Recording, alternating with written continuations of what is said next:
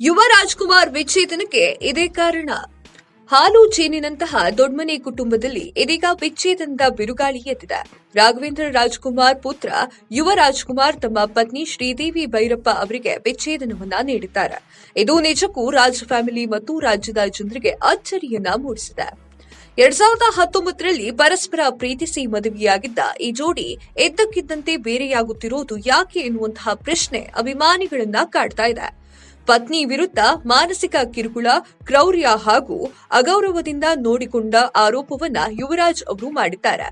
ನಿಜಕ್ಕೂ ಸಣ್ಣ ಪುಟ್ಟ ಸಮಸ್ಯೆಯಾಗಿದ್ರೆ ರಾಜ್ ಫ್ಯಾಮಿಲಿಯೇ ಒಂದಾಗಿ ಸಮಸ್ಯೆಯನ್ನ ಬಗೆಹರಿಸಬಹುದಿತ್ತು ಅಂತ ಹೇಳಿ ಅಭಿಮಾನಿಗಳು ಮಾತನಾಡಿಕೊಳ್ತಾ ಇದ್ದಾರೆ. ಕಳೆದ ತಿಂಗಳು 6ನೇ ತಾರೀಕು ಯುವರಾಜ್ ಕುಮಾರ್ ಅವರ ಪತ್ನಿ ಶ್ರೀದೇವಿಗೆ ವಿಚ್ಛೇದನವನ್ನ ನೀಡಿದ್ದಾರೆ. ಎಂಸಿ ಆಕ್ಟ್ ಸೆಕ್ಷನ್ 13(1) ಅಡಿಯಲ್ಲಿ ಡಿವೋರ್ಸ್ಗೆ ಅರ್ಜಿಯನ್ನ ಸಲ್ಲಿಕೆ ಮಾಡಲಾಗಿದ್ದು, ಶ್ರೀದೇವಿ ಅವರಿಗೆ ಕೋರ್ಟ್ನಿಂದ ನೋಟಿಸ್ ಜಾರಿಗೊಳಿಸಲಾಗಿದೆ. ಜುಲೈ 4ರಂದು ಕೌಟುಂಬಿಕ ನ್ಯಾಯಾಲಯಕ್ಕೆ ಹಾಜರಾಗುವಂತೆ ಶ್ರೀದೇವಿಗೆ ಕೋರ್ಟ್ ನೋಟಿಸ್ ಅನ್ನ ನೀಡಿದೆ. ದೆಹಲಿಯಲ್ಲಿ ಇಬ್ರು ಮೊದಲ ಬಾರಿಗೆ ಪರಸ್ಪರ ಭೇಟಿಯಾಗಿದ್ರು. 4 ವರ್ಷಗಳ ಹಿಂದೆ ಈ ಸುಂದರ ಜೋಡಿ ಸಪ್ತಪದಿಯನ್ನ ತುಳಿದಿತ್ತು. ದೊಡ್ಮನೆ ಮದುವೆಗೆ ಸಿನಿಮಾ ಸ್ಟಾರ್ಗಳು ಸೇರಿದಂತೆ ರಾಜಕಾರಣಿಗಳು ಕೂಡ ಸಾಕ್ಷಿಯಾಗಿದ್ರು.